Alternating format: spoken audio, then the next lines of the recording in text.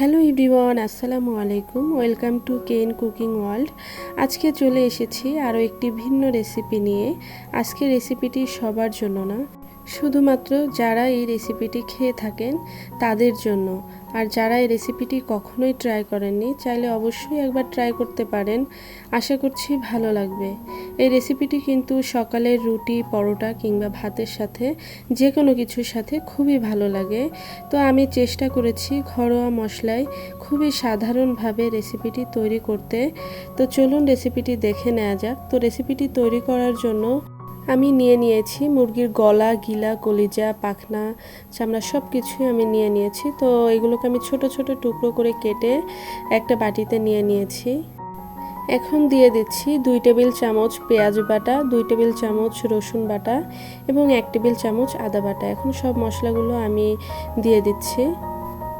এখন সব গুঁড়া মশলাগুলো দিয়ে দেব। আমি দিয়ে দিচ্ছি হলুদের গুঁড়া, মরিচের গুঁড়া, ধনিয়ার গুঁড়া, জিরার গুঁড়া এবং গরম মশলা গুঁড়া। এখন দিয়ে দিব 2 টেবিল চামচ টক দই,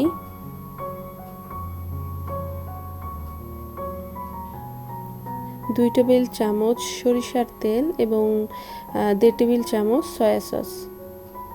এখন সব কিছু হাতের সাহায্যে খুব ভালোভাবে আমি মাখিয়ে আধা ঘন্টার জন্য রেস্টে রেখে দিব।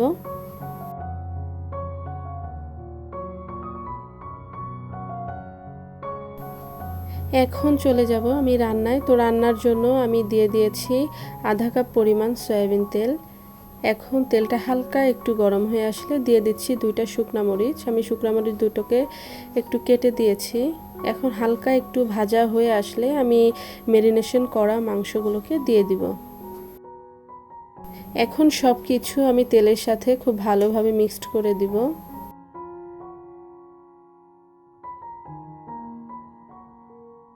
যখন তেলের সাথে সব কিছু একটু হালকা সফট হয়ে আসবে, তখন আমি দিয়ে দিচ্ছি স্বাদ মতো লবণ।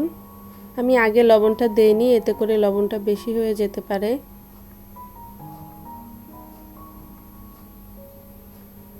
এখন ঢাকনা দিয়ে ঢেকে চুলার আঁচটি একেবারে কমিয়ে আমি রান্না করে নিব এবং বারবার ঢাকনা উঠিয়ে নাড়িয়ে দিতে হবে, তা না হলে নিচ থেকে লেগে যেতে পারে। তো আমি ঢাকনা বারবার খুলে আমি নাড়িয়ে দিয়েছি যাতে করে নিচ থেকে লেগে না যায়। তো আমার সব কিছু খুব ভালোভাবে কষানো হয়ে গেছে।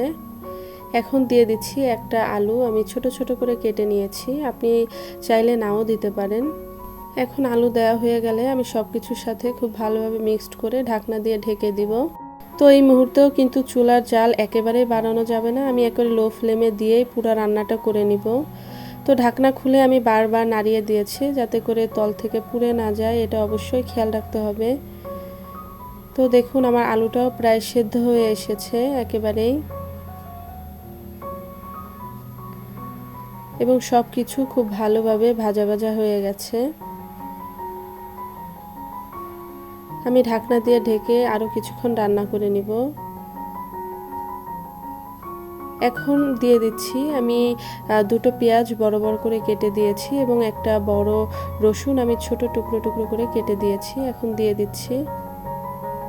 এখন সব কিছু মিক্সড করে আমি আবার ঢাকনা দিয়ে ঢেকে রান্না করে নিব।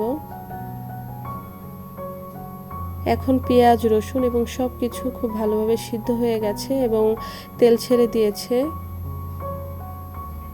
এবং খুব সুন্দর একটি কালার চলে এসেছে। এখন দিয়ে দিচ্ছি আমি জিরা এবং গরম মশলা গুঁড়া এবং চুলাটা অফ করে দিব। তো ঠান্ডা হয়ে গেলে আমি একটি বাটিতে পরিবেশন করে নিয়েছি। দেখুন কতটা মজাদার দেখতে হয়েছে। তো রেসিপিটি যদি আপনার কাছে ভালো লেগে থাকে তাহলে অবশ্যই একটি লাইক দিতে ভুলবেন না। তো আজকের ভিডিওটি এ পর্যন্ত, দেখা হবে অন্য কোনো ভিডিওতে। সে পর্যন্ত সবাই ভালো থাকবেন, সুস্থ থাকবেন। সবাইকে আল্লাহ হাফেজ।